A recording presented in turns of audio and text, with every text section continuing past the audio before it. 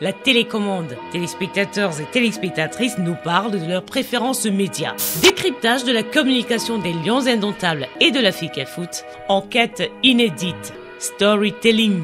L'histoire de l'un des plus puissants groupes de presse au Cameroun. Mutation.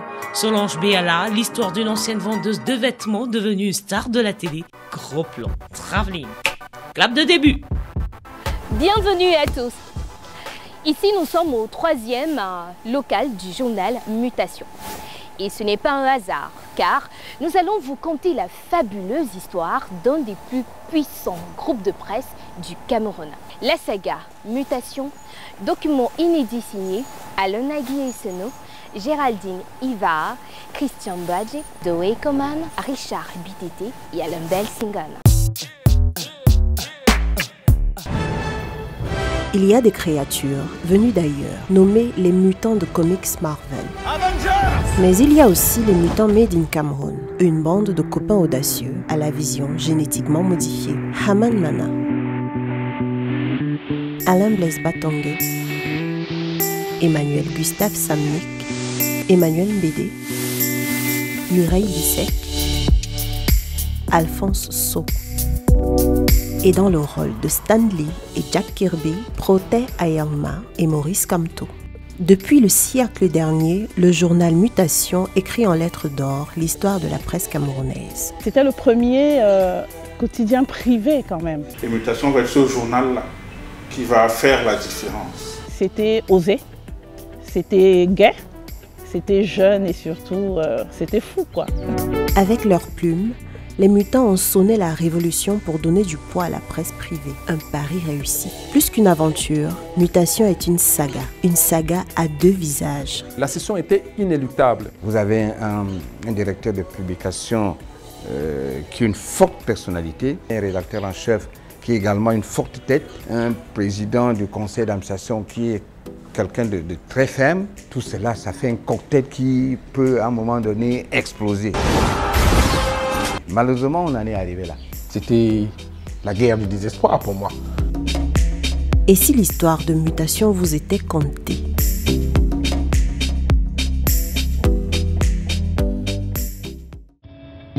Mutation, 9 lettres, 3 syllabes, plus qu'une identité, un modèle. Comment est né le journal Mutation? Au commencement, il y avait cet homme, Protais Ayangma Aman. Je ne suis pas journaliste. C'est vrai, c'est un homme d'affaires, actionnaire majoritaire. Il crée à 56 ans la South Media Corporation. Le journal Mutation commence son aventure sur les cendres d'un projet éditorial initial appelé Génération. Le projet Génération est monté par deux promoteurs, Protais Ayangma et Maurice Kamto, qui identifient quelques jeunes journalistes fraîchement sortis de l'école. Moi-même. Nous étions quelques-uns à collaborer avec un journal de l'époque qui s'appelait Génération. On est en 1994. C'est devenu un lieu de règlement de compte. Donc j'ai mûri l'idée de créer Mutation quelques temps après. J'ai vu Kamto, puisque je savais qu'il était intéressé par la presse. Et donc, j'ai décidé de lancer Mutation. Les deux parents sont revenus vers nous pour solliciter qu'on réfléchisse à un autre projet.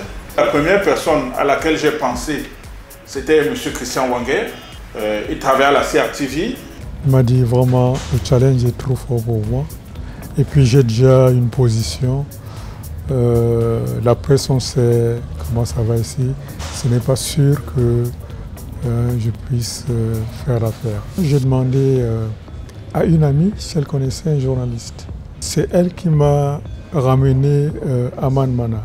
J'étais parti de Cameroun Tribune, donc je ne voulais plus repartir avec le système, tout ce qui est lié au gouvernement, à l'État.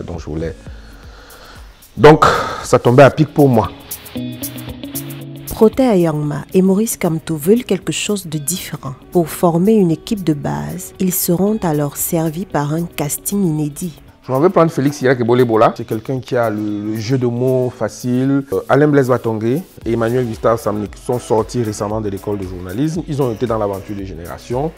Donc, ils ont déjà un peu de cours. Puis je prends d'autres profils. Et puis, ils viennent avec d'autres profils encore beaucoup plus jeunes qui sont sortis de l'école de journalisme la même année. On sort de l'école de journalisme, on est ouvert à toutes sortes de projets. On est de gai lurons, on a envie d'exercer à notre manière. Ce processus de création-là, c'est la seule qui est d'ailleurs décédée jusque-là. Patrice Mba, qui n'avait pas de profession, qui était là pour nous assister, nous accompagner. Voilà l'équipe de départ. Alphonse Sow, qui est un ingénieur sorti de l'école polytechnique, une espèce d'esprit complètement... Et son travail dans l'équipe, c'était de rationaliser tout ce que nous faisons de manière un peu olé olé comme ça. Le groupe s'est formé comme ça. 8 personnes, une équipe aguerrie au combat d'exercer autrement. En février 1994, une unité d'élite commence les grandes manœuvres. Dans un sordide endroit. Et tous les soirs, on rêve de produire un journal et on en produit, mais ça reste dans les tiroirs et ça va durer 2 petites années. Et il manquait le titre. Toute l'équipe va se mettre à cogiter dessus. Ils vont même jusqu'à solliciter une aide extérieure. Nous sommes repartis vers Potaïaman pour lui dire on a tout, mais on est bloqué par le titre.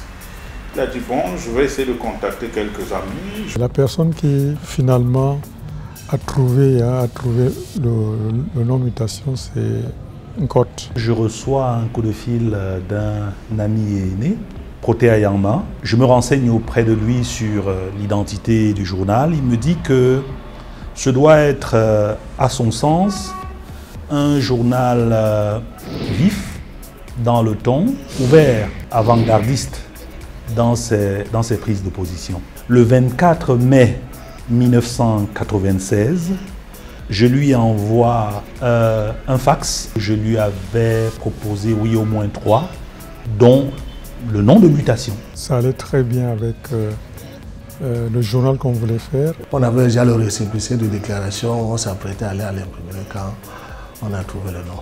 Moi, je suis arrivé le soir à l'endroit où on se retrouvait, qu'on appelait à l'époque le ministère du Poisson. Et Haman Mana m'accueille en disant « Alain, on a trouvé le titre. » Ah oui, et c'est quoi le titre? Il me dit « Mutation ». J'ai simplement dit « Waouh ». Est-ce que j'ai appelé c'est avec un S? Il me dit exactement. C'est ainsi que le nom Mutation est associé à un slogan fort. Le premier slogan, c'est Haman qui l'a trouvé. C'était quelque chose comme... Vif dans le ton, sérieux dans la tenue, culturel dans la vision, iconoclaste dans les positions. La ligne éditoriale tenait en 2 termes.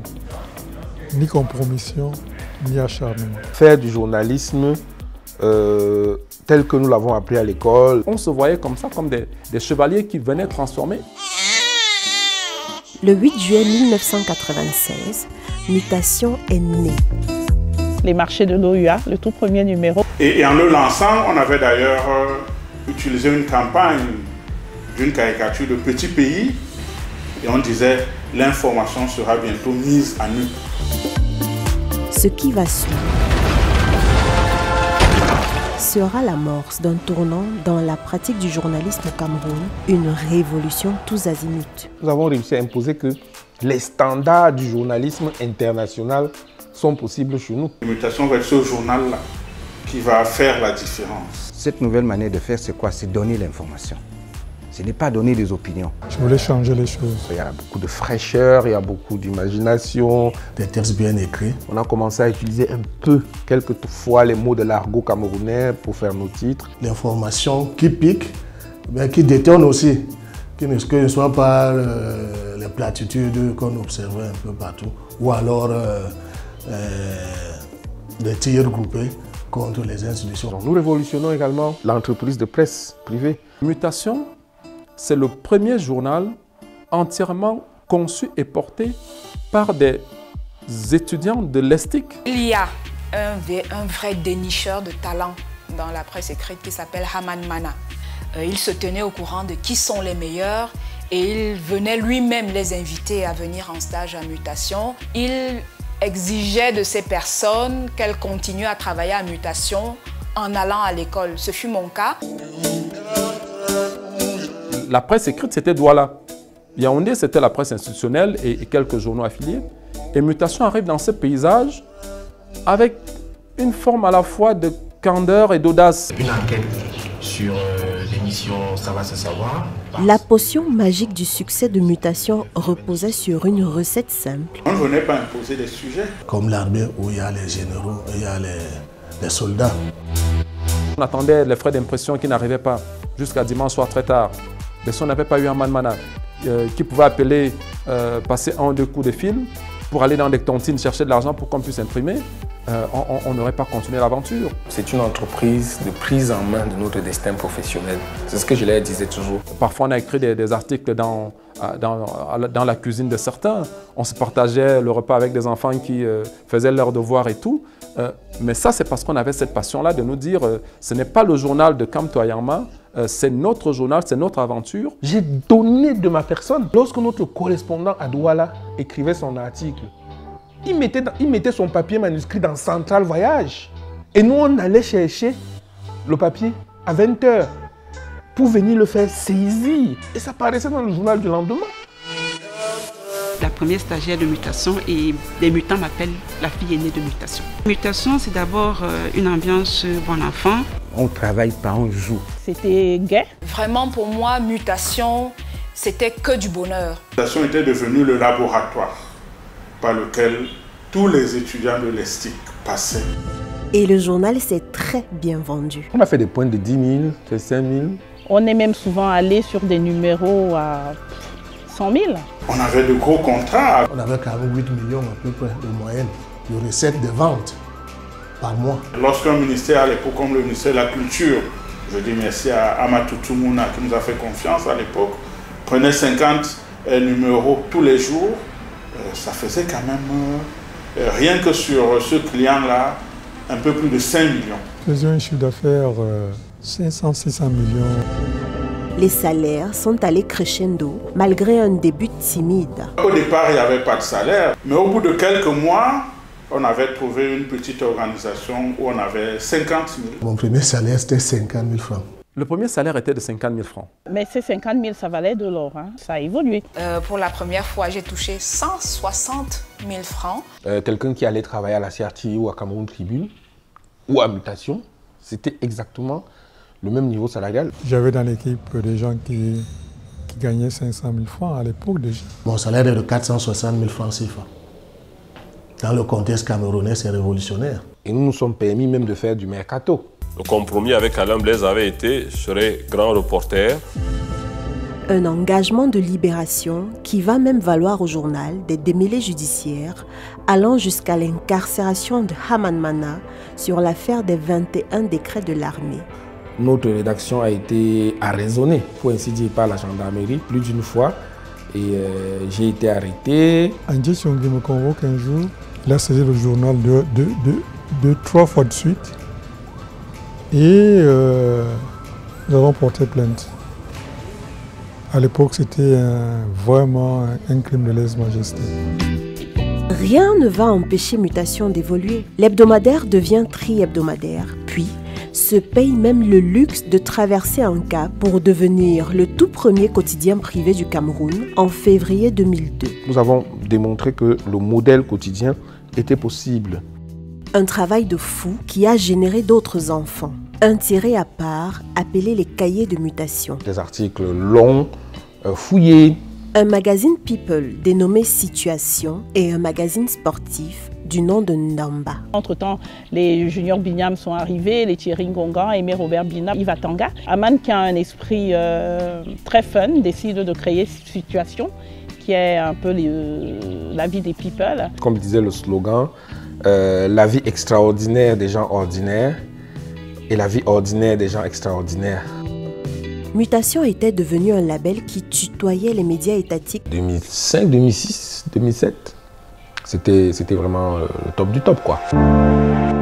Tout allait si bien et un jour, à ce moment de son apogée, la déchirure, la guerre. Je me souviens encore de ce jour d'éclatement de Mutation. Quand il est venu, je l'ai pris comme ça, je l'ai serré, il a posé il a posé sa tête sur mon épaule. Il m'a dit, grand Zab, je ne t'ai jamais dit non. Aujourd'hui, je t'ai dit non, je m'en vais. Et ça m'a fait mal. Sinclair Mezing, aujourd'hui en service à la Soupécam, s'en souvient. Ça s'est passé un lundi. Il y a des SMS qui tombent dans nos téléphones. Suite à la crise qui prévaut en ce moment au sein de la South Media Corporation, le directeur de publication, Haman Mana, doit donner une conférence à 10h à l'hôtel Hilton. Et Haman Mana, lorsqu'il vient faire sa déclaration, il annonce son départ. Et il dit qu'il part avec ses titres. Nous sommes un peu perdus, on ne comprend pas. Comment est-ce que cela nous tombe subitement dessus comme ça? Nous restons là uniquement le personnel de mutation et il fait la déclaration. Je m'engage pour une nouvelle aventure. C'est un peu confus dans les esprits. J'arrive à mutation. Quand j'entre, je trouve Alain Blaise Batongue qui il est un peu comme s'il était assommé. Il m'appelle, Sinclair, tu viens?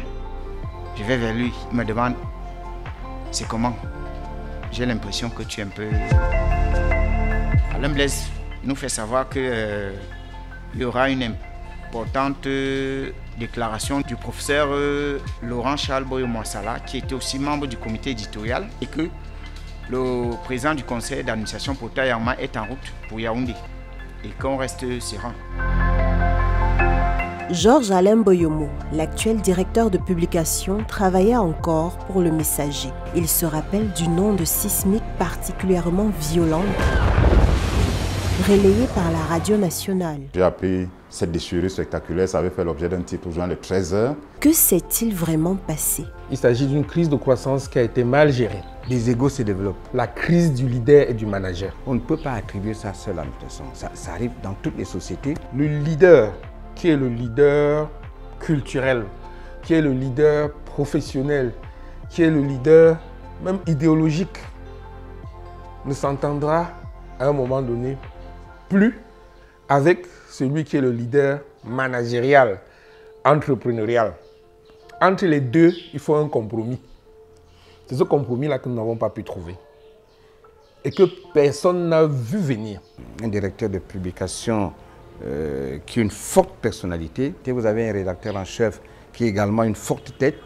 Vous avez un président du conseil d'administration qui est quelqu'un de très ferme. Tout cela, ça fait un cocktail qui peut à un moment donné exploser.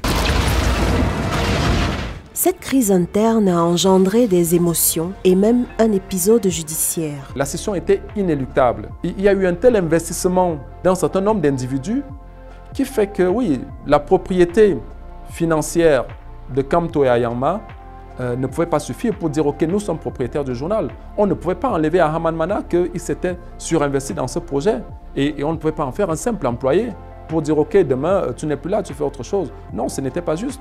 Je pense qu'il y a eu une volonté d'humiliation de la part de certaines personnes.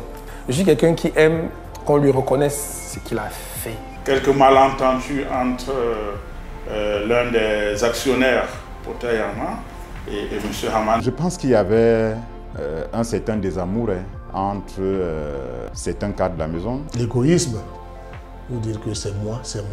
On aurait découvert un compte où était viré un argent qui devait être viré dans un autre compte. Il y a eu des problèmes de gestion. J'ai voulu recadrer, c'est parti en vrille. On estimait que l'argent n'arrivait pas toujours à la bonne caisse. Il y a eu un clash qui est resté très mémorable. On n'a pas su tranquillement se séparer. Je l'avais déchargé de ses fonctions de gestionnaire. Il a riposté en disant que c'était son journal. Je n'ai jamais considéré que c'était mon bébé. C'était le bébé de tous les journalistes qui étaient là.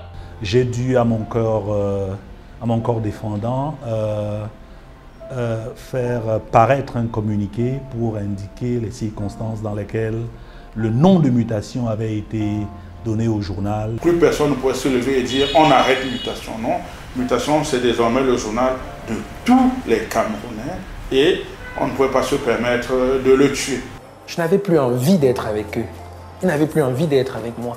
J'ai constaté que tous les journalistes de l'Ouest sont partis, presque tous. Est-ce qu'on doit suivre Haman? Est-ce qu'on doit rester dans la maison mère? Je n'ai pas suivi Haman Mana qui a dit que c'était une mutation, c'était lui, il est parti. Je crois qu'il est même allé déclarer à l'OAP que c'est la marque qui lui appartient, donc on ne pouvait pas le suivre. Il a failli monter la profession contre moi, mais finalement ça fait pchit. Quand il parle de le combat du capital contre le journalisme, pour un journaliste dans l'âme, quand on lit cet éditorial-là, on a envie de le suivre avec tous ses bagages. J'ai dit, qui veut venir avec moi, viens avec moi. Tanguy Jean Bruno fait partie des gens qui sont venus avec moi. Entre le 17 juillet et le 17 septembre 2007, 2 tabloïds Mutation paraissent en même temps dans les kiosques. Il y avait 2 mutations sur le marché, c'était pas beau. Je ne pouvais pas lâcher l'affaire, je ne pouvais pas lâcher ma vie. Est-ce que ces amitiés se sont reconstruites entièrement? Je ne crois pas. On serait beaucoup plus loin aujourd'hui. Oh, je me dis quel gâchis. Dans une précédente édition de Travelling, l'actuel directeur de publication du quotidien Le Jour disait ceci de Protais Ayangma. Je pense qu'on n'a rien à se dire. Plus rien, vraiment. Aujourd'hui, l'heure est à l'apaisement. On n'ira certainement pas en vacances ensemble, mais c'est un monsieur qui a fait avancer les choses.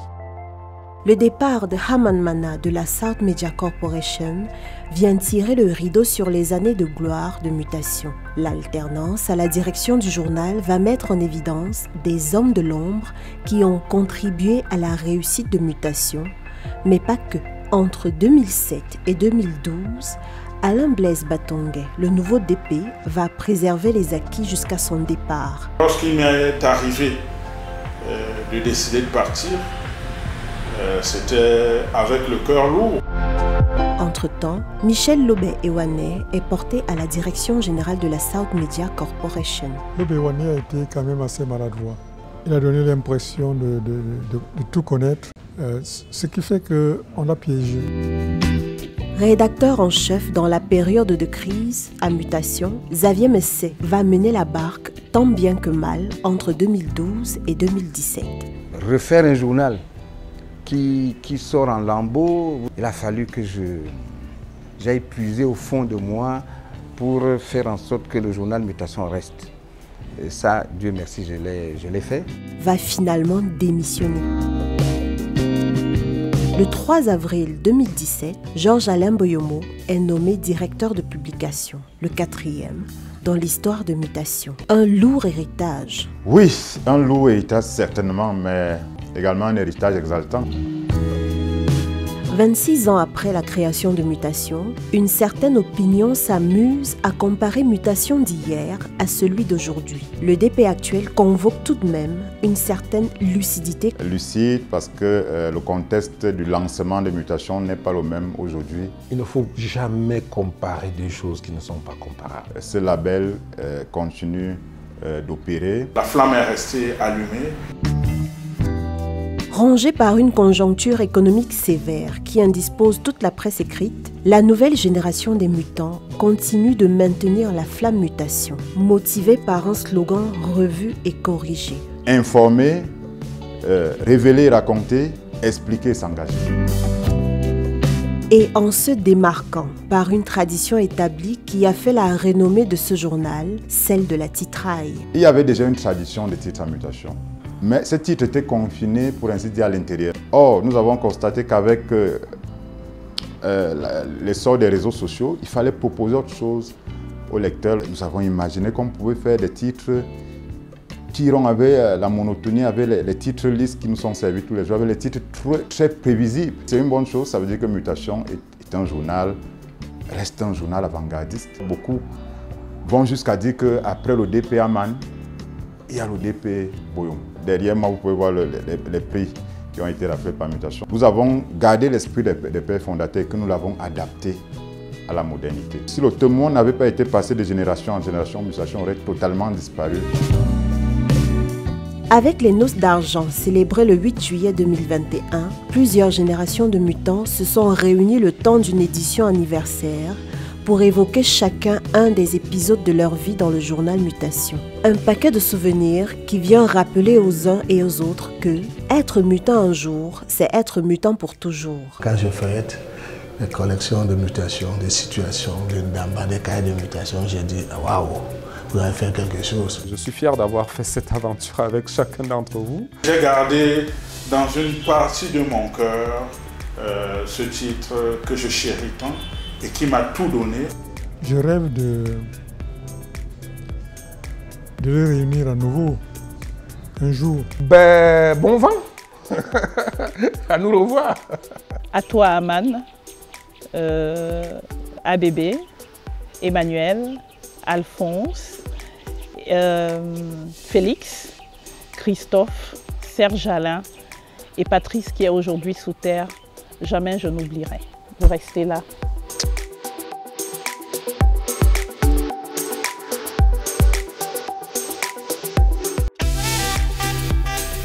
Mutation, une légende au panthéon médiatique. Si nous sommes devant ce lion, ce n'est pas un hasard, car nous allons décrypter la communication des lions indomptables du Cameroun. Une communication qui divise, surtout depuis l'arrivée de la légende vivante Samuel Eto'o-Fils. Communication des lions indomptables et de la FECAFOOT, enquête exclusive signée Alonagui Essono, Laft Christian Mbouadje, Do, Ekoman, Géraldine Iva, Richard Bitete et Alumbel Singon. Blida, capitale de la province du même nom en Algérie. Les finales, le lion indomptable, Karl Toko Ekambi, brise le rêve du peuple algérien. Un rugissement qui a résonné en écho des montagnes Atlas bordant la ville rose jusqu'au moindre recoin du Cameroun. Jamais nuit n'a été aussi cauchemardesque pour les supporters.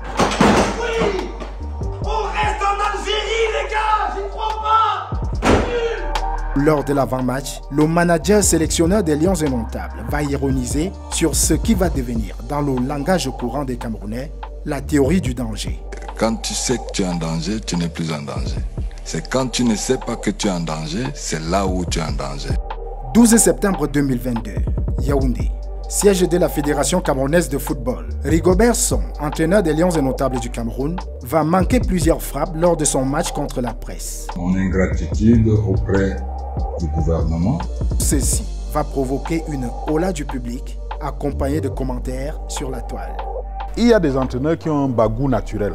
C'est-à-dire que quand ils prennent une sélection, ils ont le mot juste. Ils ont l'expression facile. Bon, visiblement, ce n'est pas toujours le cas avec l'entraîneur des Lions indomptables. 9 juin 2022, vestiaire du Benjamin Kappa National Stadium de Dar es Salaam, en Tanzanie. Les coéquipiers du capitaine Vincent Aboubakar dégustent un débrief d'après-match amer. Je ne suis pas content, du tout. Vous représentez l'équipe nationale du Cameroun. Je m'en fous qui est en face de vous, vous devez faire le job. Cas de figure qui placarde dans Mondovision la qualité de la communication dans notre équipe nationale de football. Il faut tenir compte de leur confort intellectuel. Ça sort comme ça sort. You cannot speak something what you don't know. Yeah. You need to know the thing what you... Zoom sur la communication des Lions indomptables, souvent hors jeu.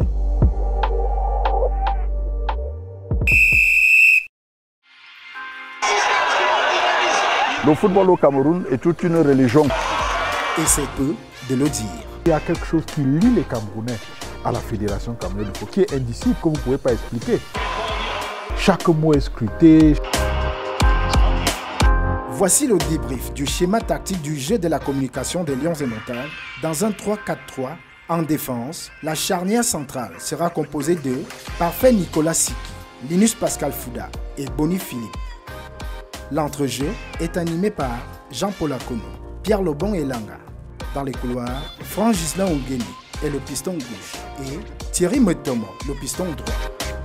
Sur la seule année 2022, le nombre de tirs cadrés et des passes décisives en bourde communicationnelle dans la tanière est importante. Aujourd'hui, chacun voulait montrer de ce qu'il est capable et voici ça.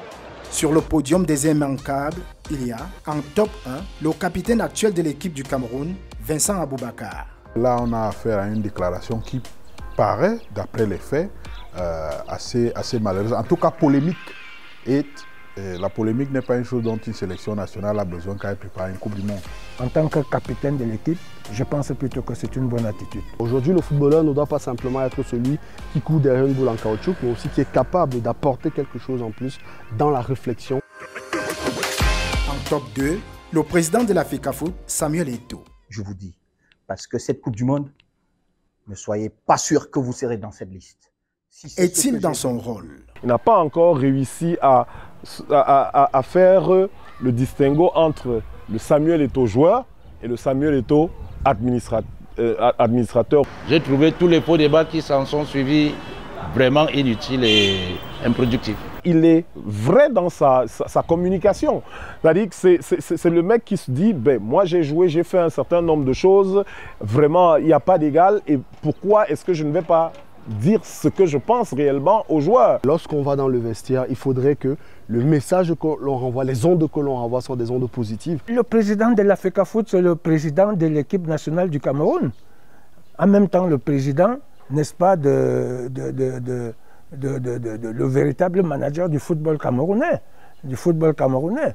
Mais s'il n'a pas son mot à dire, il ira le dire où? Eto'o quand même s'est attaché des services de certaines agences de communication pour l'accompagner dans son projet, mais il faudrait davantage travailler ces sorties-là. En top 3, le manager sélectionneur des Lions Indomptables, Rigobert Song-Bahanak. Il y a Zambo qui joue tous les 3 jours.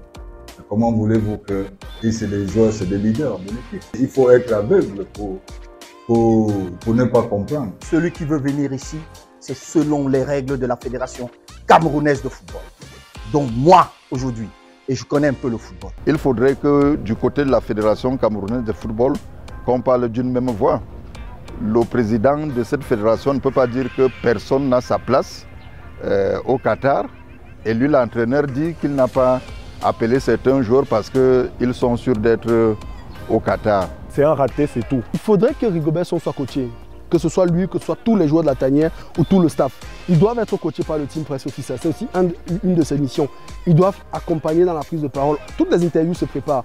Lorsqu'il y a un match, on connaît à partir de l'enjeu, on peut savoir quelles sont les questions que les journalistes vont poser. Pour la dernière conférence de presse, on savait d'avance que la question de Zambo devait revenir. Ça sert à quoi de l'amener pour celui qu'on connaît déjà? Si vous voulez être dans ce voyage, vous devez vous bouger, les gars. Je vous dis. Dissonance, lapsus ou bourde, dans tous les cas, le président Eto'o, son manager sélectionneur et leur capitaine ont fait des passes à l'adversaire. Il est notamment reproché à l'ancien défenseur, formé au Tonnerre Calara Club, pourtant réputé pour son hemlé à l'époque, de ne pas savoir communiquer. Alors question, un coach qui n'est pas éloquent, peut-on vivre avec? Oui, on peut être coach et ne pas être éloquent. Mais il faut dire que c'est des cas rares. Il faut, soyons sincères de le dire, c'est des cas rares. Parce que justement, lors de la formation des coachs, il faut dire que Rigobert Song a fait une très bonne école. Il est promotionnaire de Zinedine Zidane à Clairefontaine. Donc c'est quelqu'un quand même qui a un certain pedigree.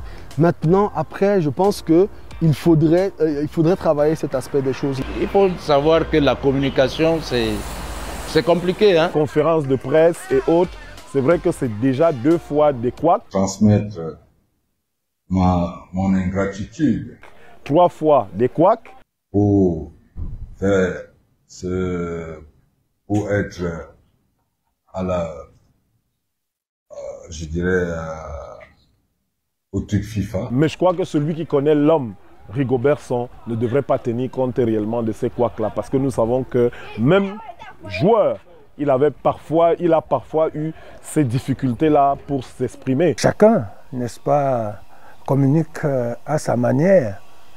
Et certainement selon son niveau de compréhension des questions qui lui sont posées. Quand vous êtes entraîneur des Lions Indomptables du Cameroun, du vaisseau amiral du football camerounais, c'est plus rigoureux encore. Chaque mot est scruté, chaque expression, chaque mimique, chaque hésitation est analysée. Pour ceux qui ont tiré sur Rigobert Song, vous voyez qu'il était plus à l'aise dans les interviews que dans les conférences de presse. We cannot speak something what you don't know. Yeah. You need to know the thing what You need to speak with the team. C'est avec le temps, ça va s'améliorer. Il y a des entraîneurs qui ont un bagou naturel. C'est-à-dire que quand ils prennent une sélection, ils ont le mot juste. Ils ont l'expression facile. Bon, visiblement, ce n'est pas toujours le cas avec l'entraîneur des Lions Indomptables, mais ça se travaille. Nous avons certains entraîneurs qui ont véritablement la difficulté à exprimer ce qu'ils pensent, ce qu'ils veulent dire. Et dans ce cas, c'est la catastrophe si vous ne leur mettez pratiquement pas les mots dans la bouche. Il y a des efforts qui sont en train d'être faits pour que notre entraîneur effectivement acquiert tous les skills pour pouvoir avoir des sorties plus faciles. Bon, il y a un nom assez compliqué, mais vous allez vous-même essayer de...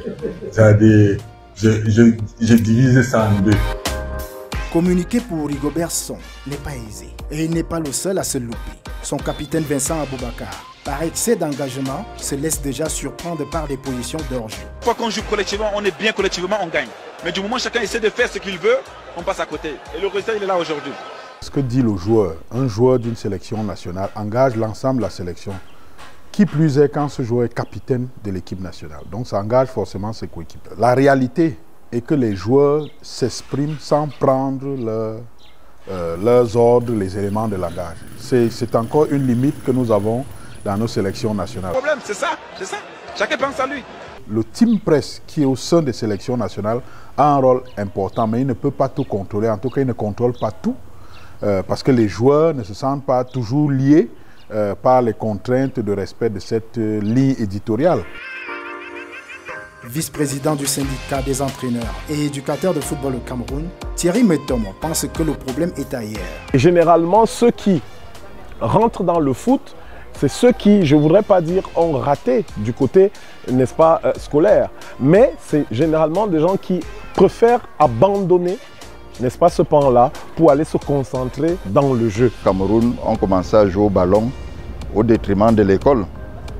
Donc parfois, les gens disent ce qu'ils ne pensent pas. Il faut s'attacher d'un communicateur, il faut s'attacher de ceci, de cela, qui peuvent corriger ce que vous faites. Et je crois que c'est à ce niveau qu'il y a beaucoup de soucis. Et ça nique tout. Malheureusement, c'est ça. Ancien média officer des Lions U23, Boni Philippe a également été directeur de la communication de l'Union des fédérations de football d'Afrique centrale, UNIFAC. Pour lui, l'administratif ne peut être compatible à la technique. Le président d'une fédération est le patron d'une équipe nationale. C'est lui qui décide généralement de la voie à donner, de la voie à suivre. Et s'il décide de prendre la parole et de dire les choses qui ne sont pas de ses prérogatives, on va à la catastrophe. Je ne suis pas content du tout. Une incompatibilité additionnée à une omniprésence d'un exécutif passionné. Résultat des courses. Quand vous parlez beaucoup, il y a des possibilités que vous disiez des choses qui ne sont pas justes. Mais un président de fédération a le droit de s'exprimer. Comment est organisée la communication dans les Lions Indomptables? Qui, où et comment se décide la prise de parole? Le team press ne se mêle pas des affaires de la fédération et le communicateur de la fédération n'a rien à voir avec les Lions Indomptables. Pour l'instant, ça se passe bien avec ceux qui sont là. S'ils respectent cette séparation de compétences, il n'y aura pas de problème. À la Fédération camerounaise de football, du moins celle de M. Eto'o, quand vous êtes recruté, il y a une sorte de job description qui est mise à votre disposition. Autant un coach a un team press, autant un président de fédération a un chef département communication qui fait exactement le même travail. C'est un travail de media training, c'est un travail de filtrage, de préparation des éléments de langage. Mais si cet exercice-là n'est pas respecté, on peut effectivement assister à des paroles qui sont minimalement polémiques. Quand vous entendez un président de la fédération dire que je me réjouis et je me félicite de la défaite du Cameroun. Prenons le cas des Lions A. C'est une mission qui est d'une telle sensibilité que vous n'avez pas le droit de prendre la parole sans vous être préparé. En amont, il prépare, n'est-ce pas, cette communication. Il essaye d'imaginer des questions qui peuvent lui être posées et il discute avec lui. Ensuite, il lui fait un propos liminaire, n'est-ce pas, à partir duquel il dit presque tout. Il dit presque tout. C'est ce qui fait que quand les journalistes viennent poser les questions, ils ont déjà des éléments de réponse dans ce propos liminaire. Merci. Vous parlez de l'âge. Il n'y a pas l'âge au football. C'est le team presse qui est le patron, n'est-ce pas, de la communication de l'équipe. L'entraîneur qui est le patron, y compris de la communication de l'équipe. Vous n'êtes qu'un aide à la décision. Vous n'êtes que son conseiller en communication. Mais ce n'est pas vous qui décidez finalement de la communication. C'est l'entraîneur qui décide de la communication. Mais lui aussi, pour qu'il décide, il s'appuie sur vous. Manager, sélectionneur, je cite moi-même, Rigobert Song. Donc moi-même, je suis dans la liste. Pendant le tournage de notre enquête, une réorganisation dans les différents services de l'instance fêtière du football camerounais a été décidée par le président Samuel Eto'o. Fait notoire, Ernest Obama est muté de chef du département communication à porte-parole de Samuel Eto'o fils. Des décisions qui tombent à pic, mais restent critiquables, selon Parfait Nicolas Siki, ancien directeur de la communication et ancien secrétaire général par intérim de la FECAFOOT. Dédié d'ailleurs tout un chef de département pour la communication seule du président et pour une association sportive, c'est excessif, il me semble. Tout comme je pense que quand on parle d'une institution comme la FECAFOOT, elle est plus forte que les hommes qui la dirigent et qu'il faut toujours s'assurer de mettre en avant l'institution. Le président de cette institution peut avoir une aura très forte, comme c'est le cas du Cameroun actuellement. Il faut en profiter, mais il ne faut pas en abuser. Travailler avec monsieur Eto'o, ce n'est pas le poste qui compte. C'est déjà une fierté de travailler avec ce monsieur. L'idée de ceux qui ont fait cette réforme, c'est de dire, ok, nous allons avoir maintenant quelqu'un qui s'occupe de la FECAFOOT, donc de la communication de la FECAFOOT, et maintenant quelqu'un qui va faire les relations presse du président. Avant cette réorganisation à la Fédération camerounaise de football, il y avait comme un flou sur les missions d'Ernest Obama. Samuel et Ernest sont des amis avant de se retrouver à la Fédération camerounaise de football. Et parfois, il y a une confusion dans ce sens. Vous savez, nous avons tendance beaucoup plus à parler de l'homme, Samuel Eto'o, et non du président de la fédération. Il faut aussi reconnaître que depuis qu'il y a un nouvel exécutif à la tête de la Fédération camerounaise de football, il y a un souci de bien faire qui parfois ressemble à une petite dictature. Parce que cette Coupe du Monde, ne soyez pas sûr que vous serez dans cette liste. Si c'est ce que j'ai vu aujourd'hui, vous ne serez pas dans cette liste. Et tellement il y a des attaques sur le président de la fédération. David Camara, mon frère, 90% du bruit qu'il y a autour de là, c'est toi.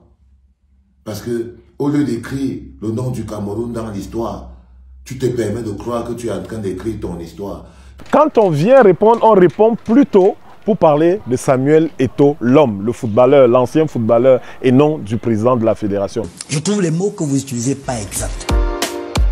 Savoir séparer l'icône du football, Samuel Eto'o, de l'élu de l'association sportive, certains experts pensent que le Cameroun n'a pas été préparé à ça. Nous ne nous sommes pas préparés au Cameroun à avoir une telle icône à la tête de la fédération. Parce que si on s'était réellement préparé, on allait réussir à faire le distinguo entre Samuel Eto'o et le président de la fédération. En théorie, le mécanisme est souvent bien réglé, mais quelle n'est pas parfois la surprise de voir en pratique un membre des Lions casser la mécanique pensée et servir du grand amour. J'avoue que ce n'est pas un exercice facile. C'est pour cela que ça donne l'impression qu'il y a une cacophonie. C'est de ça qu'il s'agit. Vous pouvez bien préparer, donner des éléments de langage, des éléments de réponse à un athlète, à un encadreur, mais peut-être par émotion, peut-être par indiscipline de communication, il parle avant de réfléchir devant un micro, devant une caméra. Donc c'est les boudes qui arrivent. Ce qui est pas bien, c'est qu'elles soient récurrentes. Je ne sais pas exactement ce qui s'est passé avec Aboubakar, mais je sais qu'en ayant été même parfois à l'intérieur de l'équipe A du Cameroun dans la communication, il y a des joueurs qui refusent carrément de jouer le jeu. L'initiateur et animateur de la communication de la marque Lions Indomptables, c'est un team press officer, on l'a bien compris. Mais concrètement, quelles sont ses missions? Qui le nomme? Et sur quels critères? Le média officer, comme son nom l'indique, est la courroie de transmission entre l'équipe et la presse. Il est donc chargé justement de l'organisation des conférences de presse et éventuellement des communiqués de presse en rapport avec l'équipe. Il est chargé de veiller justement à anticiper sur un certain nombre de crises. Donc le rôle d'un média officer est justement de prendre des informations exploitables, des informations diffusables et des informations à mettre à la disposition du public et des médias. Il est chargé d'organiser des rencontres avec les hommes de la presse, de constituer ce que nous appelons dans le jargon un listing de presse, c'est-à-dire des personnes qui sont susceptibles de pouvoir travailler avec lui. Normalement, si on applique strictement le décret du 26 septembre 2014, c'est le président de la Fédération camerounaise de football qui nomme le team presse des sélections nationales. Mais comme l'autorité qui paye les primes, c'est le ministère des Sports, donc l'État, à travers le ministère des Sports, ça devient donc une question complexe. Jusqu'à un certain moment, c'est le ministère des Sports qui nommait, et bien sûr, c'était toujours un journaliste ou une journaliste de la CRTV ou de Cameroun Tribune. Donc aujourd'hui, quand même, avec l'arrivée de Samuel Eto'o, cette pratique a été mise en berne. Donc c'est la FECAFOOT qui nomme. Jusqu'à ce que l'équipe actuelle à la fédération soit là et qu'elle décide de faire cette nomination sans plus en référer au ministère des Sports. C'était la chasse gardée de l'État du Cameroun. Donc ici, c'était... Et quand vous étiez nommé Team Presse, il n'y avait pas de contrat. Vous étiez, parce que journaliste de la CRTV, donc fonctionnaire, automatiquement, c'est que vous allez gérer avec votre salaire. Vous savez, la CRTV, c'est quand même les produits de l'école, d'une école de journalisme qui a fait ses preuves. Bon, je crois que c'est ce souci qui a toujours guidé les responsables ou du ministère des Sports ou de la Fédération camerounaise de football, parce que au moins on a une idée de la déontologie. Nous savons ce qu'il y a à dire, ce qu'il n'y a pas à dire.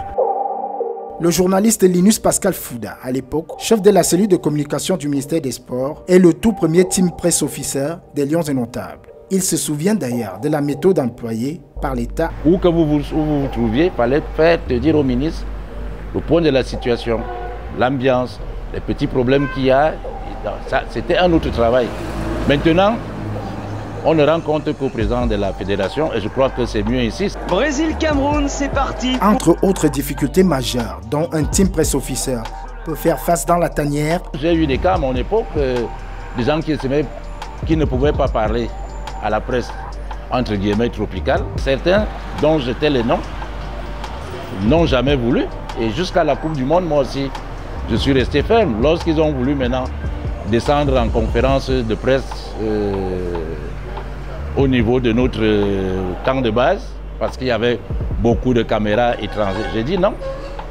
Et ça ne m'a pas fait que des amis. Les joueurs ont un certain ego, je vais vous dire. Donc vous ne pouvez pas, vous qui êtes team presse, décider de dire aux joueurs ce qu'il doit dire, quand il doit dire, si ce n'est pas l'entraîneur qui vous en donne le droit. Combien gagne justement un team press officer? Le team press avait une prime en cas de match gagné.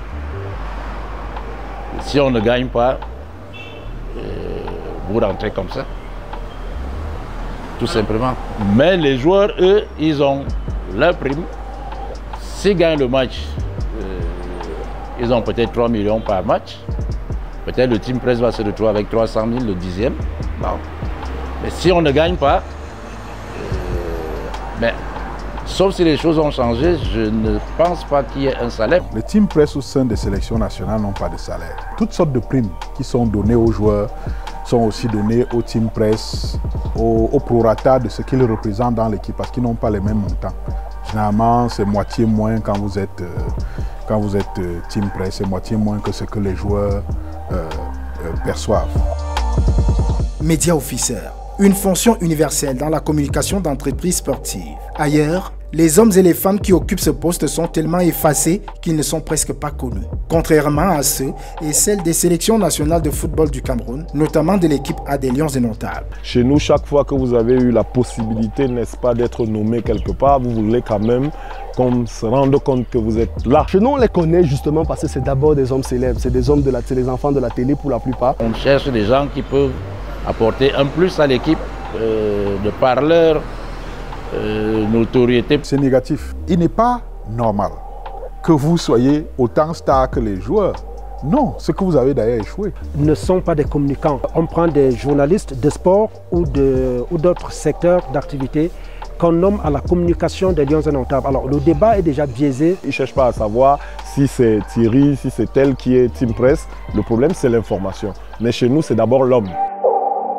Team Press Officer, un travail de privilégié qui a révélé des bons et des moins bons. J'ai beaucoup apprécié le travail fait par AVP. J'ai aussi beaucoup aimé le travail fait par Raphaël Nkwa. Parce qu'il faut dire que c'est quelqu'un qui a le carnet d'adresse. C'est très important. Un Team Press Officer qui n'a pas de carnet d'adresse n'est pas encore un bon Team Press Officer. Le travail avec Lucrèce Mebenga, elle m'a paru très professionnelle. Et je vais vous dire sa particularité, c'est une femme qui était dans un milieu d'hommes. C'était l'unique femme. Elle a été d'un professionnalisme remarquable. D'ailleurs, le jour où elle a estimé qu'elle ne pouvait plus entièrement se dédier à l'équipe nationale, elle a déposé sa démission et elle est partie. Mais un geste honorable. Les débuts de Lucrèce n'étaient pas évidents, mais après, elle a réussi, n'est-ce pas, à prendre ça y est, à faire son travail. De l'autre côté aussi, Ngifo, qui était le dernier, il est venu, il ne maîtrisait rien du sport. Il y a des gens qui, au jour d'aujourd'hui, devraient reconnaître que c'est grâce à Linus qu'ils ont eu leur premier passeport. Et si on dit que c'est grâce à lui qu'ils ont eu leur premier passeport, ça voudrait dire aussi que c'est grâce à lui qu'ils ont eu à prendre l'avion pour la première fois. J'apprécie beaucoup le travail qui est fait aujourd'hui par Thierry Elindo, le tout nouveau Team Press Officer. Eh bien, on a quand même des innovations, même pas quand même des innovations, notamment avec la proposition pour le dernier match Cameroun-Corée d'un dossier de presse. Parce que ça, c'est très important. Une équipe ne doit pas jouer un match sans dossier de presse. Les chargés de la communication de Choupo-Moting, il répond bien aux interviews. J'ai vu Oyongo Bitolo qui répond bien aux interviews. Lorsque vous interviewez des joueurs comme Castelletto, vous voyez quand même qu'il y a du répondant. Lorsque vous interviewez des joueurs comme Mukudi, qu'on appelle de moins en moins, ou même des joueurs comme Karl Toko Ekambi, je pense que pour nous, c'est la crème en termes d'expression devant les caméras. C'est des joueurs qui soit sont nés en France, soit ont grandi en France et ont donc bénéficié d'une formation, ce qu'on appelle une formation holistique. Ils sont entraînés à jouer tous les jours. Et puis après, quand ils doivent prendre la parole, ils ne sont pas entraînés à ça. Ça devient donc parfois difficile. Et c'est pour cette raison qu'il faut tout le temps excuser le mot qui n'est pas toujours juste. Parce que autant ils sont juste du pied, autant ils peuvent ne pas l'être de la bouche. De leur travail, certains Team Press Officers gardent de bons comme de mauvais souvenirs. Le pire souvenir, c'est vraiment la période de la CAN, la Coupe du Monde 2010. C'était incroyable et j'ai toujours des frissons lorsque j'en parle. Bon, et l'apothéose, c'est justement ce match, cette élimination ici contre le Sénégal, alors que nous étions pratiquement, on loupe encore un pénalty ce jour-là. Le département communication est toujours confié à des journalistes au détriment des communicants. Là, c'est un peu le Cameroun. Ils pensent pouvoir profiter de la notoriété de la recrue. Avant 1993, on ne formait pas des professionnels de la communication. Et ça fait problème parce que le communicateur se remet, quand il arrive à la fédération, le journaliste, il reste dans la peau du journaliste. C'est une mauvaise pratique. Ça a été une option camerounaise qui est perdue.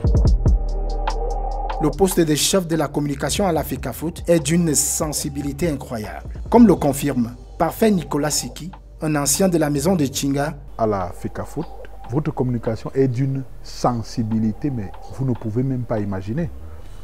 Vous avez quasiment à gérer un secteur de souveraineté. Je vous dis comme je l'ai senti, parce que chaque mot que vous prononcez peut provoquer une polémique incroyable. Autre chose que les experts suggèrent aux communicateurs des Lions Indomptables et de la FECAFOOT, c'est de prendre en compte les facteurs X, Samuel Eto'o, Rigobert Song. Vous avez le président de fédération qu'il faut, l'entraîneur qu'il faut. Il y a une dynamique en termes de communication, de marketing qu'il faut. Il y a une qualification qui est pour la Coupe du Monde, qui est également un asset très fort. Et donc, les Lions sont à un niveau qui ressemble à celui de 2000-2002. En tout cas en termes de marketing, où un sponsor voudrait venir faire des choses. Parce que l'équipe nationale, en bien ou en mal, polarise l'attention. Si vous êtes une équipe de scandale, ça ne va pas marcher. Nos demandes d'interview à la FECAFOOT sont allées au répondeur. Sinon, pour une communication efficiente et victorieuse, il est donc recommandé aux marques Lions Indomptables et FECAFOOT ces solutions. Il faut beaucoup travailler les sorties. Il ne faut jamais cesser de dire à ceux qui dirigent que nous sommes en train de dévier de la voie. Il faudrait de plus en plus rendre le président de la fédération mythique, c'est-à-dire encadrer ses sorties, voire même limiter ses sorties au maximum. Si on ressent l'omniprésence du président, moi je suis choqué, et ça a toujours été un combat personnel, qu'après un match de football, il y a un garçon qui marque des buts, on n'interviewe pas le garçon qui a marqué des buts, mais on interviewe le président. Il y a un problème. Pour terminer notre enquête, on s'est livré à un jeu de pronostics. On devra faire un mauvais résultat contre la Serbie. 2-1 pour le Cameroun. Cameroun-Serbie 2-1 en faveur du Cameroun. Est-ce que le Cameroun est capable de gérer la Suisse et puis la Serbie? Oui. Suisse-Cameroun, mauvais résultat. 1 but partout. Suisse-Cameroun, je crois que le Cameroun peut s'en sortir. Cameroun-Suisse 1-1. Face au Brésil, c'est quand même une faute de guerre, ça il faut reconnaître. Cameroun-Brésil 1-0 en faveur du Cameroun. 0 but partout. Curieusement, pour moi, c'est le match que je crains le moins. Aucun compartiment des Lions indomptables à l'heure actuelle ne satisfait pas. Nous ne sommes jamais aussi forts que quand on doute de nous. Je ne suis pas inquiet outre mesure, mais je sais que on ne sera pas ridicule. Le président, il te dit que cette équipe partira de Yaoundé avec le rêve, comme toutes les autres nations, à les gagner. On va être fous. On a décidé d'être de suivre Samuel Eto'o. Depuis ce match-là de la Coupe du Monde 90, avec l'équipe du Cameroun, je crois qu'il vaut mieux ne pas faire de pronostics. À quelques jours du début de cette Coupe du Monde, voici quelques messages envoyés à nos chers Lions indomptables. Que la solidarité essaye de couvrir toutes les lacunes. Tous les confrères africains qui estiment que nous allons au Qatar pour faire de la figuration et que nous serons les derniers de la bande. Moi, je sais qu'on ne sera pas les derniers de la bande et je compte sur vous, les gars. Tous les Camerounais sont derrière eux. Je dis aux Lions indomptables de rester fidèles à eux-mêmes, imprévisibles, indomptables. Faites-nous rêver. Nous voulons les accompagner. Porté par toute une nation passionnée, habituée des hauts et des bas d'une équipe des Lions indomptables douteuse, mais parfois surprenante et audacieuse, le rêve est permis. Elle aussi est une lionne du micro. Elle aussi divise sur la toile. Elle aussi brille dans son domaine. C'est l'histoire d'une vendeuse de vêtements aux friperies devenue star de la télé. Solange Kiki Béala, la lion indomptable du micro. Document exceptionnel signé Alonagui Essono, Anissé Simo, Christian Boadje, Richard Bitete et Alain Bell Single. C'est d'abord une marque. C'est une influenceuse. On me dit que moi je me blanchis la peau. Son quotidien, vu des réseaux sociaux, ressemble à s'y méprendre à une jungle. Une jungle où il vaut mieux ne pas contrarier cette femelle dominante dans le cas d'espèce. C'est normal qu'on ne m'aime pas. Les coups de griffe, elle en distribue à en veux-tu en voilà. C'est quelqu'un qui est assez attaqué. On m'a attaqué au point où on m'a même promis la mort. La féline ne se laisse jamais intimider. Elle est épidermique. C'est une personne qui vire au quart de tour. Pourtant, la lionne indomptable a du cœur. Quelqu'un de très sentimental. Un très grand cœur. J'ai grandi dans un environnement de love. L'amour, si c'est plus l'amour. Avant de devenir animatrice télé, elle avait pris goût pour la musique des mots dans ses années lycée. Ce soir, je rappe pour mon mec qui, hélas, n'est pas dans la salle. Solbé, quand on m'appelait, c'était mon nom de rappeuse. On a été à tous les événements de hip-hop. Voici l'histoire d'une femme au charisme impressionnant, vendeuse à la sauvette, devenue une star de la télévision.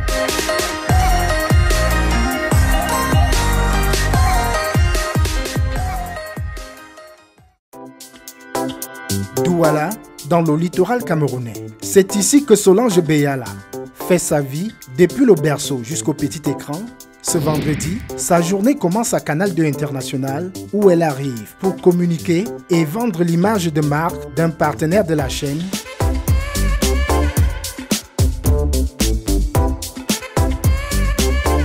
Alors, je pense qu'on va le sortir une fois tous. Sa communication achevée, elle quitte le plateau de la chaîne verte. Vous êtes là déjà?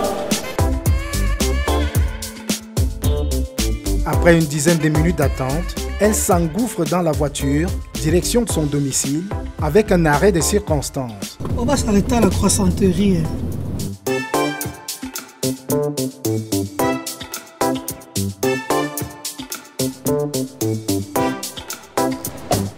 Bonapriso, nous voici dans les appartements privés de Solange Beyala.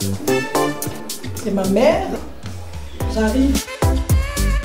À peine quelques minutes pour changer de tenue, et la voici dans la boutique de la marque dont elle est l'égérie, prête à se dévoiler. Clap de début. Avril 2022, Solange Beyala est électrisée littéralement par ce qu'elle découvre dans son téléphone via ses réseaux sociaux.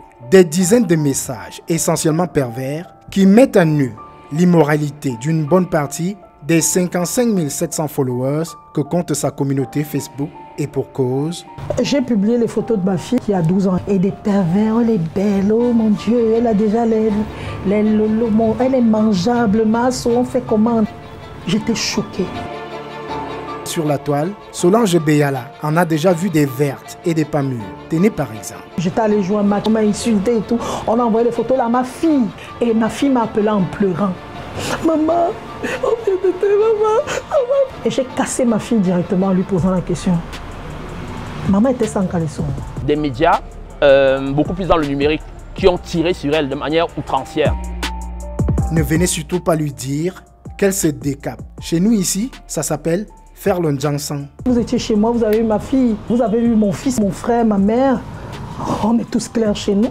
On a un problème au Cameroun avec ce problème de Jansan. On pense que dès que tu es clair au Cameroun, tu te décapes. Je ne le fais pas. Je ne le fais pas, je ne l'ai jamais fait. Solange Beyala et les réseaux sociaux, où elle est très présente, est constamment prise à partie. On l'y a aussi traité de tribaliste. On m'a attaqué au point où on m'a même promis la mort, hein, parce que j'aurais attaqué la tribu Bamileke. Avant que les réseaux sociaux n'existent au Cameroun, je me souviens qu'en 2007, j'ai signé mon premier contrat d'égérie avec qui m'avait payé des millions de francs CFA. Les réseaux sociaux en réalité, je m'en fous.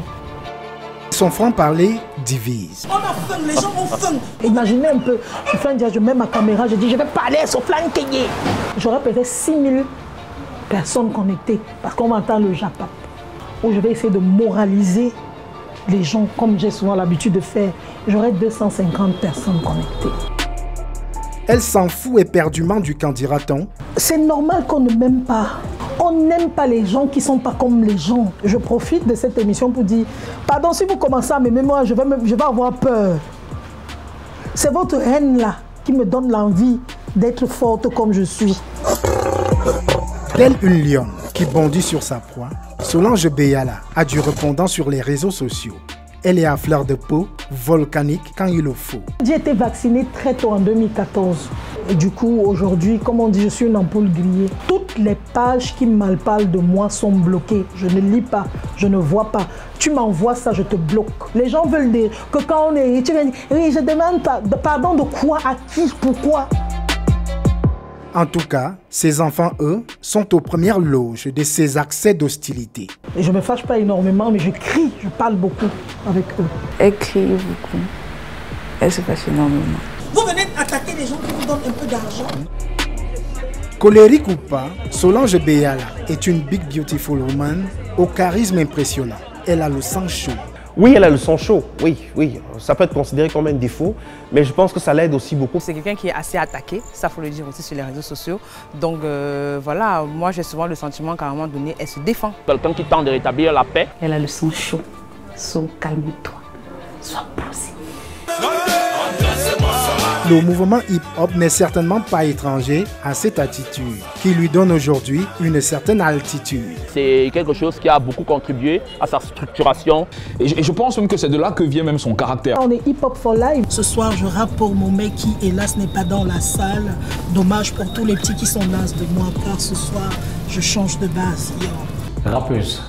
Pourtant, ça fait bien longtemps que je la connais. Sol B, donc Solange Beyala. C'est comme ça que je me suis toujours appelée. Mais d'abord, c'était mon nom de rappeuse. B-E-Y-A-L-A. Mon nom à moi, c'est Beyala. Où tu l'as deviné, je suis au LMB, dans le lycée Nebel, en classe de 3e M6. Je fais du rap en français. Et... Ouais. On a compris. Elle ne peut plus avoir le flow dans le temps. On faisait des petites impros de rap Et elle m'a convaincu quand même. Elle dégainait fort sur scène. Elle a essayé une carrière de rappeur qui, fort heureusement, n'a pas marché parce que... Non, je rigole. En tout cas, c'est avec beaucoup de bonheur qu'elle s'est essayée à cela. C'était le temps de la jeunesse. Quand le rap même débutait ici au Cameroun, elle était parmi les pionniers. Elle fait partie des premières rappeuses du Cameroun. Des moments nostalgiques pour Solange Béala. La boîte s'appelait L'Interdit. Et c'était là-bas, mon nom était même accroché comme Sol B, c'est la star. Elle a fait beaucoup de concours de rap dans les lycées comme le lycée de Palmier. La star du lycée Mongo Joseph. J'ai gagné beaucoup de prix étant chanteuse. Au moment, j'ai même chanté dans les cabarets. Tout ceci remonte à il y a bien longtemps. L'eau a coulé sous le pont. Sol B est devenue Tatasso et elle évoque son âge avec une rare fierté. On n'a pas honte de son âge. Elle a 48 ans révolus. Moi, j'ai commencé à évoquer mon âge parce que je veux faire tomber un peu le tabou de cacher l'âge en Afrique. Et dit à qui veut le savoir qu'elle a toujours du charme auprès même des jeunes garçons. Originaire de Bafia, dans l'Ombamé-Inubu, région du centre, Solange Béala Kiki vient au monde le 28 juillet 1974. Je suis née en Balmayo, mais mes parents vivaient à Douala. Douala qui est devenue la ville adoptive de la famille Kiki. J'ai fait 32 ans à Ouiac. Je peux dire que ma mère et moi, on a grandi ensemble. Malgré les difficultés, nous deux on priait, on était très heureux. Et à chaque péripétie qu'on vivait, j'étais toujours avec elle, comme si j'étais son petit frère. Issue d'une famille très modeste, elle a 13 ans lorsque son papa décède. Quelqu'un qui craignait l'Éternel. Ma naïveté et mon amour pour l'amour vient du fait que j'ai grandi dans un environnement de love. J'étais sa pierre précieuse et je sais qu'il est fier de moi. Sa maman, une auto-loi d'Mbalmayo, dans l'Oignon Esso, s'est battue dans le commerce pour les élever. Très intelligente à l'école, mais agitée. Aînée des filles et troisième d'une fratrie de 8 enfants, Solange Béala, à 11 ans, obtient son CEPE en 1985. Elle était décisive, toujours. Une leader dans la jeunesse, dans tout ce qu'elle faisait, que ce soit sur le plan sportif, elle était une très grande handballeuse. Traumatisée par la perte de son papa, elle va cumuler des échecs dans le secondaire. Quand mon père est décédé, j'avais été un peu traumatisée, donc j'ai repris la 4e, j'ai repris la 3e, j'ai fait la seconde normalement, la première normalement, et j'ai fait 4 ans de terminale. Quand son père est mort, j'ai commencé à vendre la friperie pour les nourrir. Je n'avais pas assez de moyens, je prenais les dettes, les crédits. Elle est quittée du lycée jusqu'à la maison en pleurant. Et dans le taxi, il y a un monsieur qui s'est approché d'elle et lui demande « Qu'est-ce qui ne va pas, ma fille ?» Elle dit « Je suis orpheline, ma maman n'a pas de moyens et j'ai été exclue, je ne vais pas en seconde, j'ai eu mon examen et tout ça. » Et il a pris soin de sa scolarité jusqu'à l'université. À 23 ans, elle décroche finalement son bac, session de juin 1997. J'ai raté le bac 4 fois. Donc j'ai raté 2 fois d'abord et puis après je suis allée en Ensemble au lycée du Manengouba faire le bac et j'ai échoué encore. Et je suis revenue à Douala faire le bac en candidate libre et je l'ai eu. Entrée à l'université de Douala en 1998, Solange Béala obtient une licence en histoire géo 2 ans plus tard. Elle a commencé à payer son université avec son propre argent qu'elle cherchait elle-même. Elle allait aussi au marché trier. Après avoir fini en licence, Solange Béala abandonne les études et se consacre exclusivement à son fils, né en 2001, avant de se mettre à la quête d'un boulot. Quand mon fils est entré à la maternelle, je me souviens, j'ai dit tiens, c'est le moment de chercher à travailler maintenant. Celle qui voulait devenir diplomate va d'abord se retrouver à vendre les habits. Ma mère était déjà dans la friperie parce que c'est elle qui savait que ça qu'elle nous a nourris. Je vendais mes habits en Dokoti, au carrefour Dokoti. Je mettais les habits au sol comme ça. Le bus de Sokatu passait. J'ai même demandé le travail à Sokatu. Par une fructueuse journée, elle fait la rencontre d'un monsieur. Je rentre chez moi Un monsieur m'accoste en route, il s'appelait Ansimpande Honoré de Balzac. Bonjour madame, bonjour, excusez-moi, vous êtes très belle, merci. Et puis il me dit, j'ai un groupe de femmes à Bonapriso, qui est le groupe des hôtesses et marketistes du Cameroun. J'aimerais que vous fassiez partie. Il me donne sa carte. On se réunit tous les dimanches dans une salle à Bonapriso là-bas. Je dis ok, j'irai. C'est ainsi qu'elle se fait remarquer par sa voix. Je parlais exactement comme je parle aujourd'hui. Je whiteisais même un peu plus parce que à l'époque, on voulait faire comme les petites blanches. Et j'arrive, le monsieur dit, c'est vous qui allez désormais être la communicatrice du groupe. Et j'étais avec Soflane que j'avais trouvé aussi là-bas. Mais Soflane travaillait déjà à la radio. Et un jour, devant un parterre de tout ce que Douala compte comme homme des médias, Solange Béala et Soflane Kenyé sont désignés pour la présentation. À la fin de la soirée, Moïse Banteke me dit, paix à son âme, il me dit Solange, prenez ma carte, appelez-moi, vous avez quelque chose, il faut que vous travaillez à la radio. Mais moi, ça ne me dit rien parce que je me dis, la radio, la télé, ça ne paye pas. Je vais faire quoi là-dedans? Je ne les appelle pas.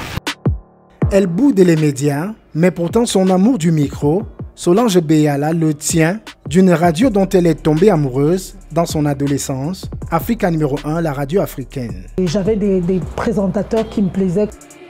Avec l'avènement de la télévision au Cameroun et la naissance de la CTV en 1985, Solange Béala mimait déjà son talent brut. Mon père achète la télé en 85 et c'est comme ça qu'en regardant la télé, j'aime la télévision. Du coup, je commence à organiser des petits événements dans mon quartier où je suis MC. Quand vient donc le moment de mettre en pratique son talent, Solange Béala tente une éphémère expérience télé. Nous sommes en 2003. 5 TV et qui a fermé. J'ai travaillé là-bas quelques mois, pas de salaire, rien du tout. Bref, avec les Jocelyne Ateba, les Dipita Tongon, on était là, on se battait, on se cherchait.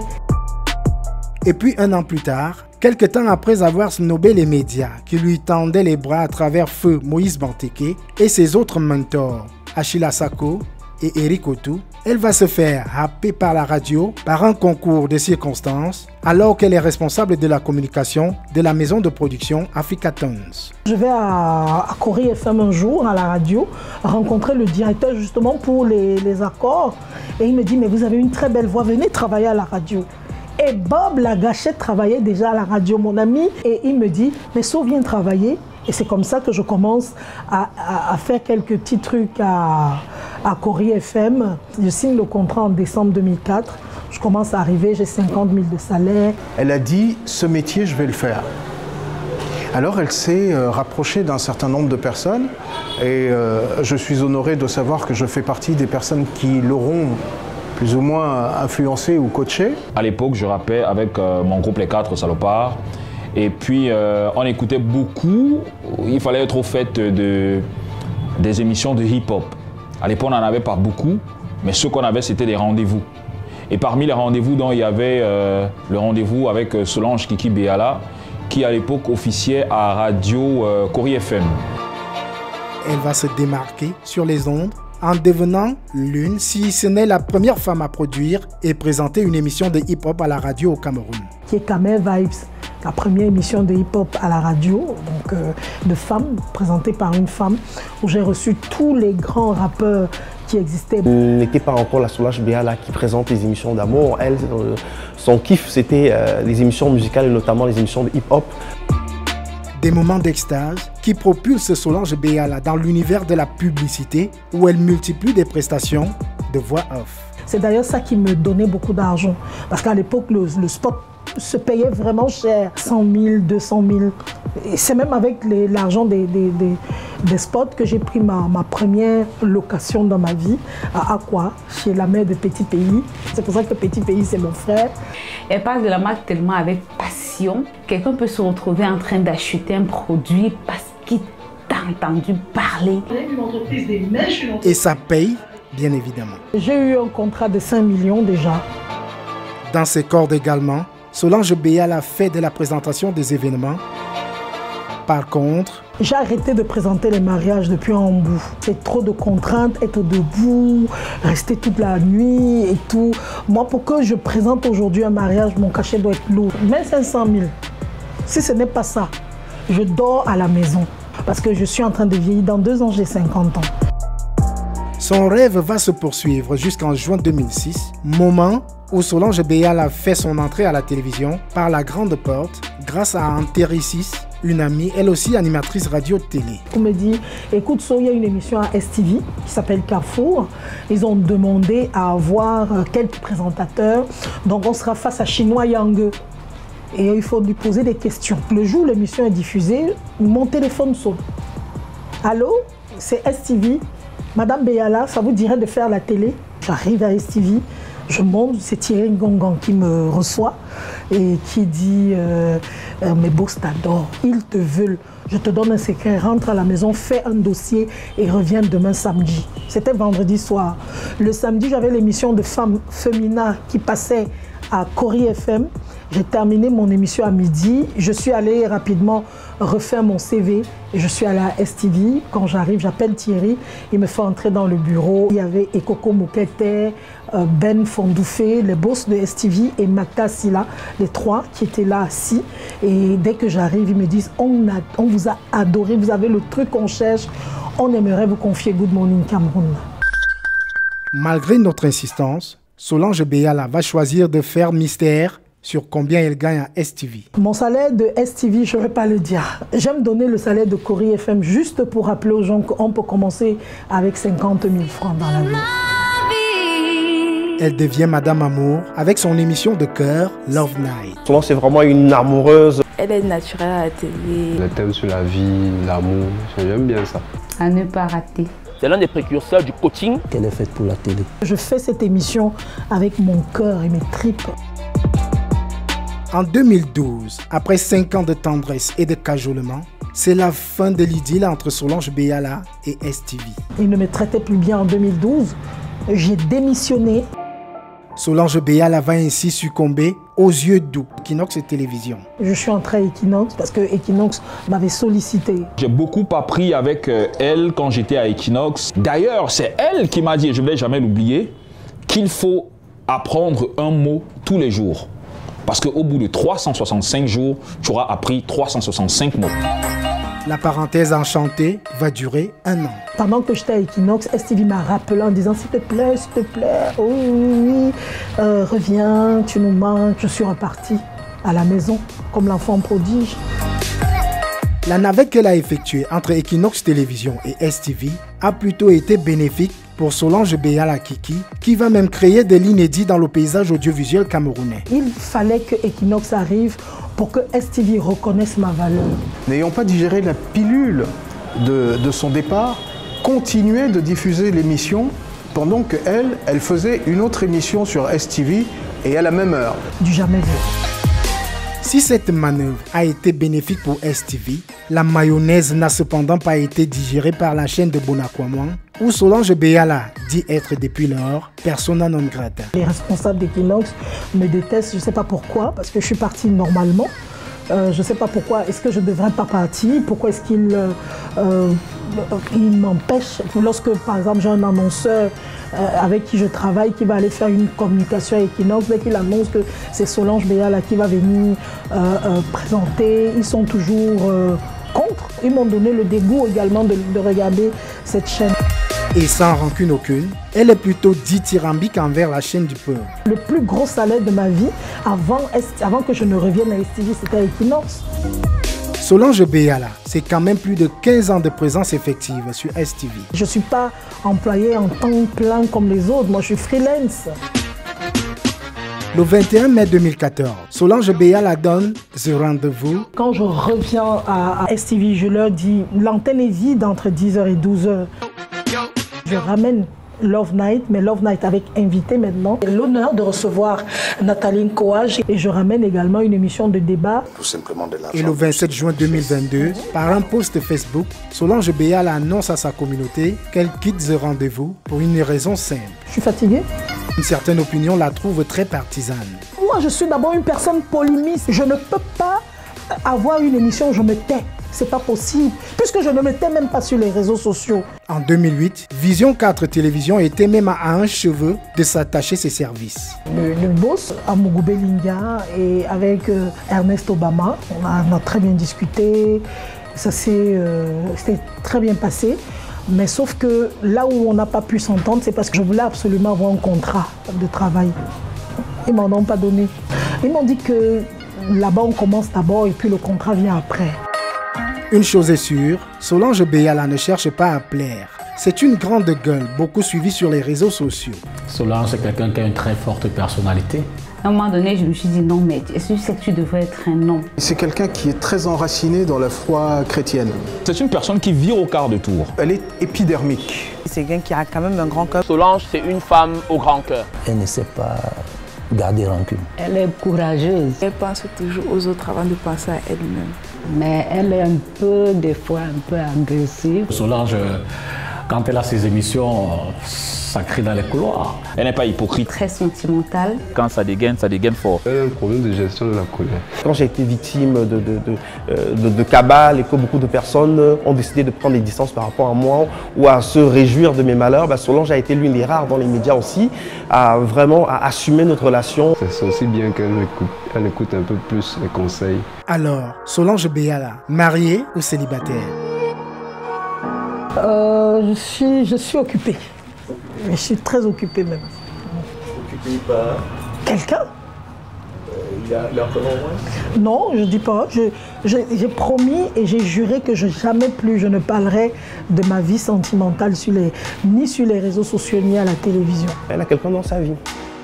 Mais on s'est souvenu que Solange Béala a joué le remake de Roméo et Juliette il y a quelques années avec un compatriote. Est-ce toujours lui? C'était en 2014 et que je regrette. Oui, je regrette. C'était une très bonne leçon pour moi. J'ai pas d'ex, comme je dis souvent. Quand c'est fini, on ne se connaît pas. Laissons les cadavres dans leur coin. Je ne veux pas revenir là-dessus. Elle a été très déçue. Elle condamne l'hypocrisie qui a fait son lit sur les réseaux sociaux. 10 personnes célèbres qui ont publié leur couple sur Facebook. 9 sont encore en couple, sont déjà séparés. Les gens n'aiment pas voir les gens heureux. Toujours côté cœur, Solange Béala plaide non coupable d'avoir déjà eu une relation amoureuse avec un homme de médias. Je sais combien les présentateurs jonglent beaucoup. Je sais combien les journalistes jonglent. Je ne veux pas le jonglage. Je sais ce qu'on fait dans le jonglage là. Moi-même, je suis dedans, donc je ne veux pas. Non, laissez-moi jongler seul. Et d'ailleurs, je ne veux même pas quelqu'un qui est célèbre. Je ne veux pas. Et quand elle n'aime pas quelqu'un ou quelque chose, elle le dit sans mâcher les mots. Valsero, c'était mon ami, c'était mon grand ami. Quand il a commencé, on s'entendait énormément. J'étais d'ailleurs la présentatrice de son premier spectacle à Douala-Bercy, gratuit. Je ne le comprends pas. Je vais profiter pour dire à Valsero que dans la vie, il faut être loyal. Dans la vie, il faut savoir respecter les gens qui t'ont respecté. Aucune chaîne de télé ne recevait Valsero, mais moi, je le recevais. C'est un opportuniste. Valsero, c'était mon ami. Ce n'était pas un ami, c'était mon ami. Aujourd'hui, ce que je vois, j'ai l'impression que je vois un autre homme changé par la société, changé par la politique. Pour elle, la CRTV me fait penser au Cameroun. Equinox, c'est l'autre contraire du Cameroun, un peu comme opposant. Animateur préféré au Cameroun, Consti Eka, Léonard Châtelain, Eric Omedotou, Polycarpe Essomba, Thierry Ngongan quand il était là, et Martin Kamimi me donnait le goût de regarder la télé. Joyce Fotso, Yolande Bodion. C'est un petit frère que j'aime beaucoup. Mon ami adoré depuis des années. Dipit, c'est mon frère aussi. Leila Nganze, elle est incroyable. Mireille Grasse, on a une relation mi-figue, mi-raisin. Solange Béala pense également qu'il y a trop d'émissions de débats à la télé au Cameroun. Regardez comment vous m'avez posé la question, les émissions préférées. J'ai cherché dans ma tête, je n'ai pas trouvé. Il n'y a pas de divertissement. Tout a été remplacé par les émissions de politique. Moi, à un moment, je suis fatiguée parce que ça me casse les nerfs. On ne manque pas de talent, mais c'est qu'on a parfois des boss qui parfois n'ont rien à foutre de la télé, quoi. Je voudrais qu'on investisse pour la décoration. Depuis Belle Lurette, Solange Béala utilise les réseaux sociaux pour passer ses messages et promouvoir ses idées. C'est donc à juste titre qu'elle se dit influenceuse. Je suis influenceuse depuis mon école primaire, je suis influenceuse depuis le lycée. Beaucoup de filles se sont habillées parce que je m'habille comme ça. Quand je commençais la télé en 2006, il y avait des femmes qui étaient devant la télé chaque matin, le lundi surtout, pour voir quelle coiffure elle aura aujourd'hui. Elle m'écrit, Tata So, j'ai fait ta même coiffure. Solange Béala est influenceuse parce que son émission, moi, elle m'a influencé. Quand j'ai quitté STV pour aller à Equinox, mais tout le monde m'a suivi à Equinox. C'était désormais le place to be. Après 16 années de présence effective à la télévision, près de 18 ans dans la communication et la publicité, la célèbre animatrice télé envisage une reconversion loin des médias classiques. Je serai coach. Je suis déjà inscrite même à l'école de coaching. Bientôt, je vais arrêter ça. Je suis trop découragée de la télé parce que c'est le seul métier où tu fais 20 ans en disant que si tu comptes sur la télévision pour vivre, tu vas te retrouver dans la rue. On n'évolue pas à la télé au Cameroun. Déterminée, fonceuse et travailleuse acharnée, Solange Béala ne compte pas s'arrêter là. Je te souhaite tout le bonheur du monde dans cette nouvelle aventure. Que son nom soit gravé en lettres d'or. Moi, je ne crois jamais, tu es une personne merveilleuse. Et ne vieillis pas aussi, parce que jusqu'à présent, tu as bien fait ça. Mais écoute un peu plus les gens. Qu'elle essaye de changer, qu'elle écoute aussi les autres. Je suis une partie de ta famille. Tendre un peu plus l'oreille aussi parfois à ceux qui t'entourent. Tu es une personne de valeur, une personne d'influence. Toute l'estime que je te porte, tu es notre star. Je t'aime très très fort. Tout le respect, tout l'amour que j'ai pour toi. Que le Seigneur bénisse ma fille. Merci.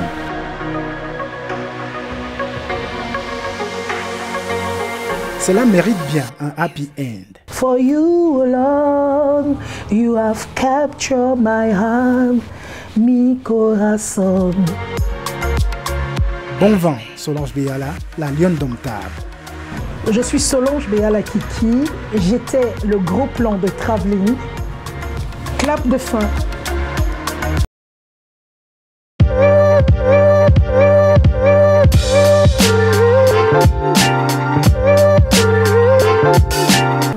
Kiki Solange Béala. Terminons ce numéro avec une des nouvelles rubriques de la saison 1 où une téléspectatrice nous parle de ses préférences médias. C'est la télécommande. Qu'est-ce qui ne va pas avec cette télécommande? Quelle est votre émission de télé préférée au Cameroun et ou en Afrique? Canal Matin, tout simplement parce que ça me met de bonne humeur tous les matins.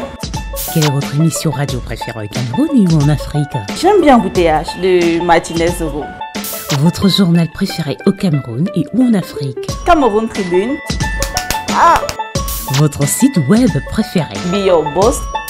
Votre homme de médias préféré au Cameroun et ou en Afrique? Souflam Kenyé, je l'adore toujours. Imitez votre homme de médias préféré. Souflam Kenyé et amour. Non, c'est pas ça. Un refrain. Le Seigneur et amour. Souflam Kenyé aussi.